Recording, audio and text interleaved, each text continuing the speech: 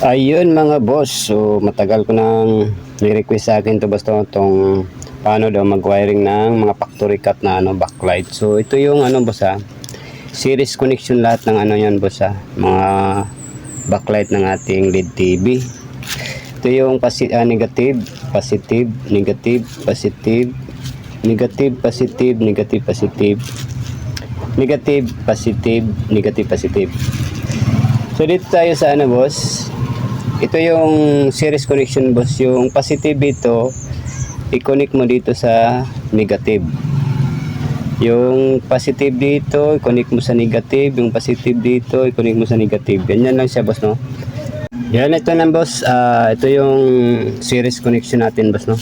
So apat na muna yan boss, pero at least alam mo na yung basic, no? Ito yung positive, negative, positive, negative, positive, negative, positive. Negative, positive. So yung positive ito punta dito sa negative. Ang positive ito punta dito sa negative. Positive ito punta dito sa negative. Tapos ito yung positive, ito yung negative mo. Yan ang series connection. So on natin to boss. Pailawin natin boss. Ito yung negative natin. Ito yung positive natin. Yun, nakailaw na siya boss.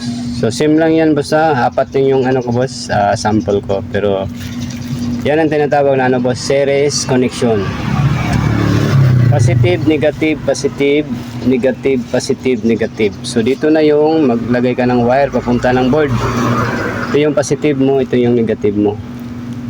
Yun, ilaw yan. Yan ang tawag na series connection. Yun lang. Hanggang dito na lang mga boss.